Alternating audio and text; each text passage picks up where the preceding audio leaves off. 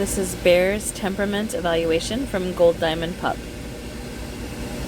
Boy, orange collar, Bear. So our tester is Gideon and our tester dog is Fergie. We like to use Fergie as our tester dog because she actually isn't very fond of the puppies, which helps us out a lot because it helps us to see how they would go to a dog who isn't seeking them out. What is their interest level in another dog? Fergie has been doing this with us for a really long time, and she's really obedient to us. So we like using her in making this assessment. Obviously, we let her go back, and she's not going to be with us for the rest of the test. The tester Gideon here is also showing us how this puppy does as far as his human assertiveness. We want to see him display that with a complete stranger because that gives us a good insight to his personality and his temperament. Gideon has not been around these puppies, holding them, being exposed to them, so this is a good test in that situation.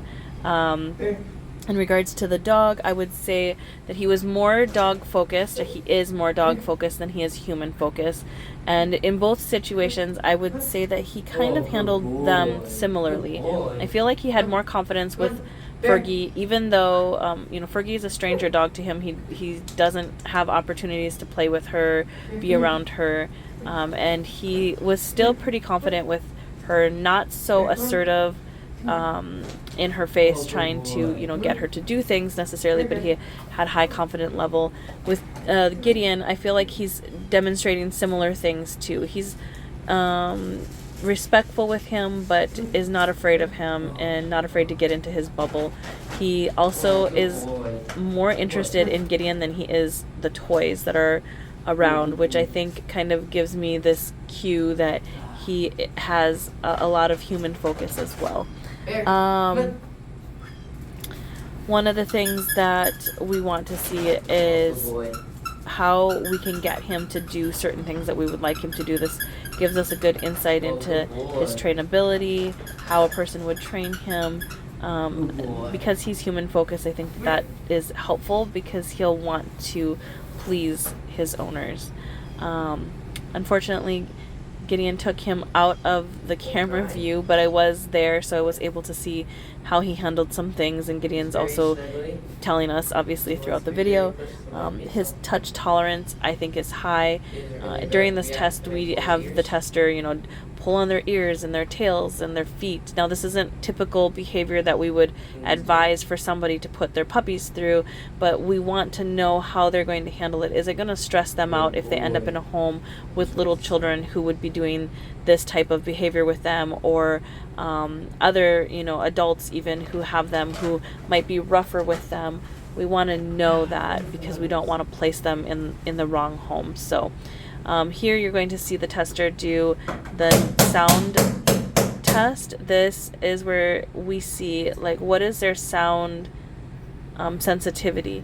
And this also goes hand in hand with going to a home that has lots of loud noises, other distractions, maybe where they live, or children.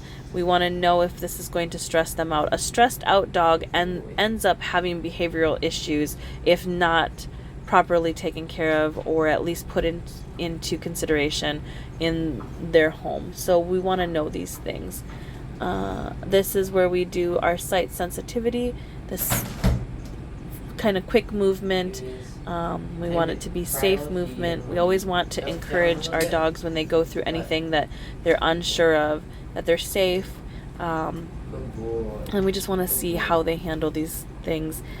In this situation, I saw some signs of potentially being a little bit sensitive to it, but I'm still scoring him to low, medium sight and sound sensitivity because he didn't really show that it was stressing him out too much, except for this end part where you saw him panting a little bit. I didn't hear any whimpering or any other things that caused me to think that he had a problem with it. So that is my assessment as far as that is concerned. I also put him as low prey drive just because he wasn't necessarily following the toys around per se, but he was following around the human, more so than the toy specifically. So next is going to be the tenderhearted test, and in this part of the test, this goes hand in hand with all the other stuff that we did. We want to know how he would handle outbursts, crying fits, temper tantrums. A lot of our dogs do go to homes that they have humans on the spectrum, and we want to know if that would be stressful for them, and if even they could be of some help to those people who are having those types of outbursts. So unfortunately, he did get distracted because one of our big dogs got let out of their area, and there's a sliding glass door right here. So the test is slightly skewed, and I'm going to talk about this really quick here, just so that I can kind of go into a little bit more depth. In this specific test, I don't necessarily have 100% confidence how he would have responded, just because of that movement of another dog being in the room.